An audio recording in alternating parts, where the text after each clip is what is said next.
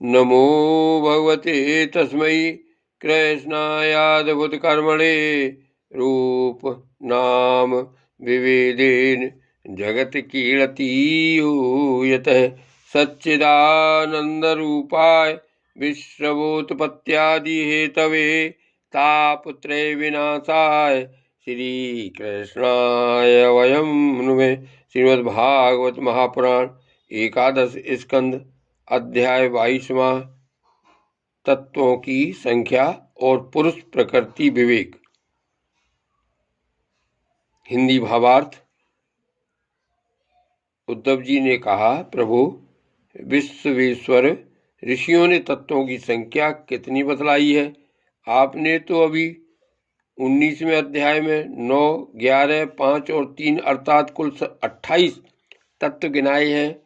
यह तो हम सुन चुके हैं, किंतु कुछ लोग 26 तत्व बतलाते हैं, तो कुछ 25, कोई 7, 9 अथवा 6 स्वीकार करते हैं, कोई 4 बतलाते हैं, तो कोई 11। इसी प्रकार किन्हीं किन्हीं ऋषि मुनियों के मत में उनकी संख्या 17 है, कोई 16 और कोई 13 बतलाते हैं।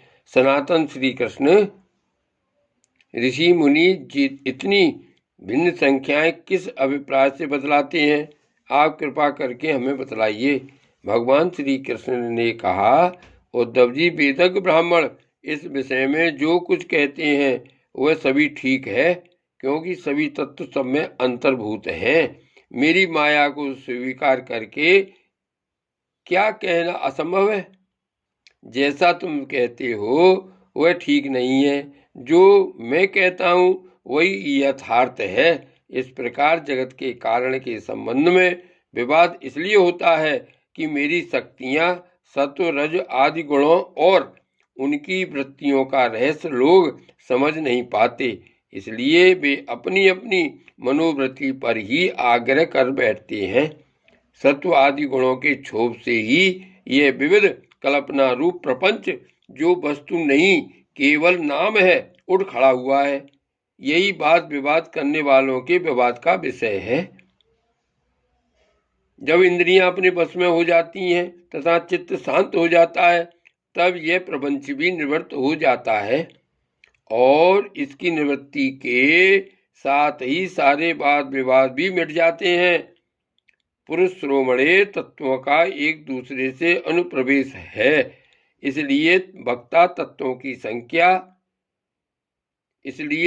वक्ता तत्वों की जितनी संख्या बतलाना चाहता है, उसके अनुसार कारण को कारण में अथवा कार्य को कारण में मिलाकर अपनी इच्छित संख्या सिद्ध कर लेता है। ऐसा देखा जाता है कि एक ही तत्व में बहुत से दूसरे तत्वों का अंतर्भाव हो गया है। इसका कोई बंधन नहीं है कि किसका किसमें अंतर्भाव हो। कभी घट पट आदिकार वस्तुओं का उनके कारण मिट्टी सूत आदि में, तो कभी मिट्टी सूत आदि का घटपट आदि कार्यों में अंतर्भाव हो जाता है।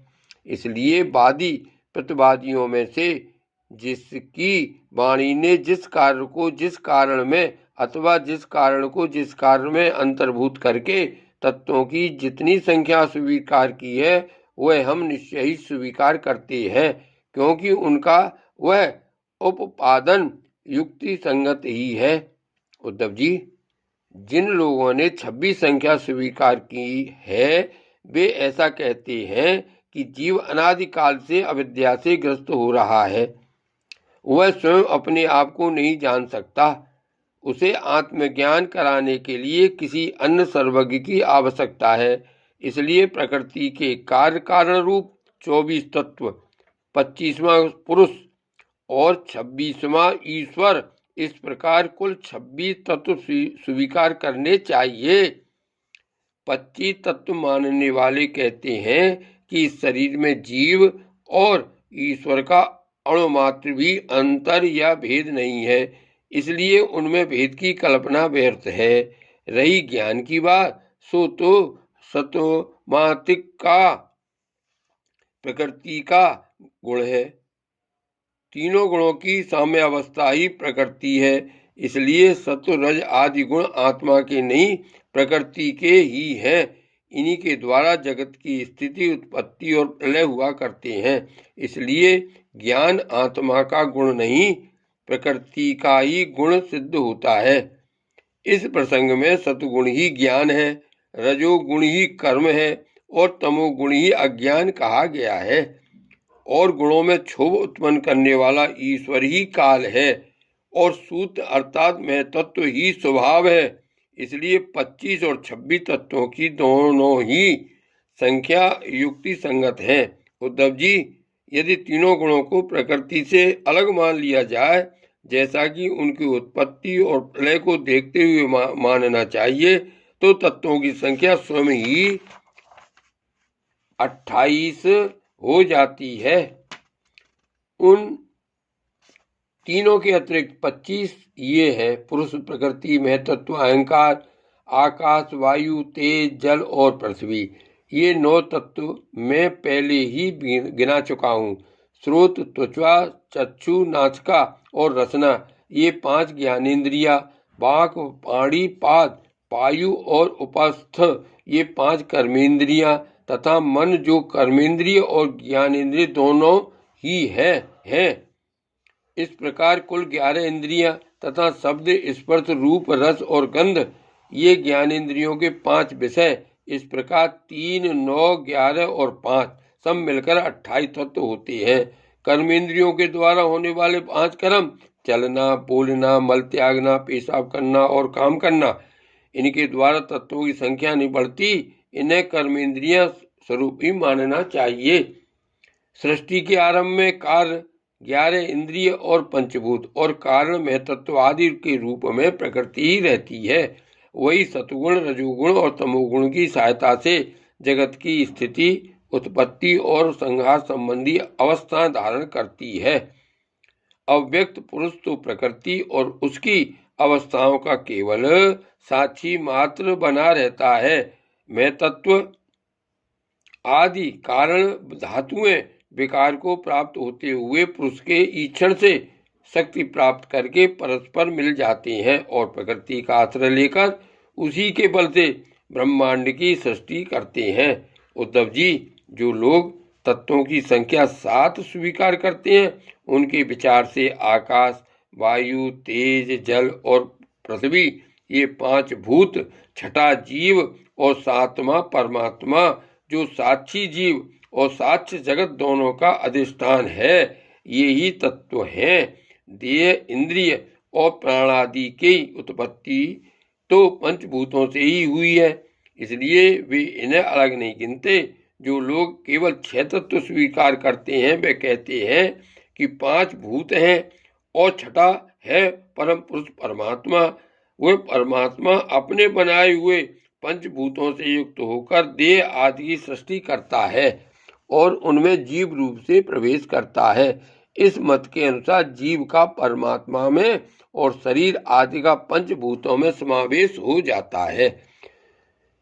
जो लोग कारण के रूप में 4 ही तत्व स्वीकार करते हैं, वे कहते हैं कि आत्मा से तेज, जल और पृथ्वी की उत्पत्ति हुई है और जगत में जितने पदार्थ हैं सब इन्हीं से उत्पन्न होते हैं। वे सभी कार्यों का इन्हीं में समावेश कर लेते हैं।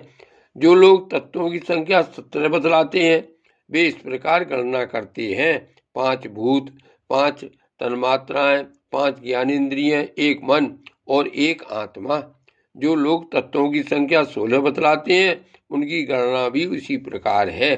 अंतर केवल इतना ही है कि वे आत्मा में मन का भी समावेश कर लेते हैं और इस प्रकार उनकी तत्व संख्या 16 रह जाती है। जो लोग 13 तत्व मानते हैं, वे कहते हैं कि आकाश आदि 5 भूत, श्रोतादि 5 ज्ञानेन्द्रियां, 1 मन और 1 जीवात्मा और परमात्मा, ये 13 तत्व हैं। 11 संख्या मानने वालों ने 5 भूत, 5 ज्ञानेन्द्रियां और इनके अतिरिक्त 1 आत्मा का अस्तित्व स्वीकार किया है।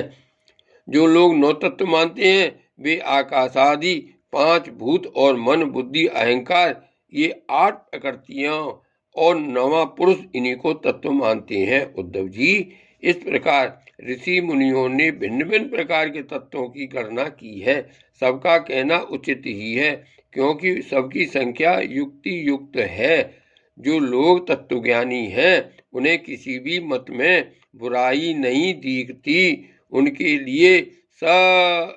लिए तो सब कुछ ठीक ठीक ही है। जय श्री कृष्ण।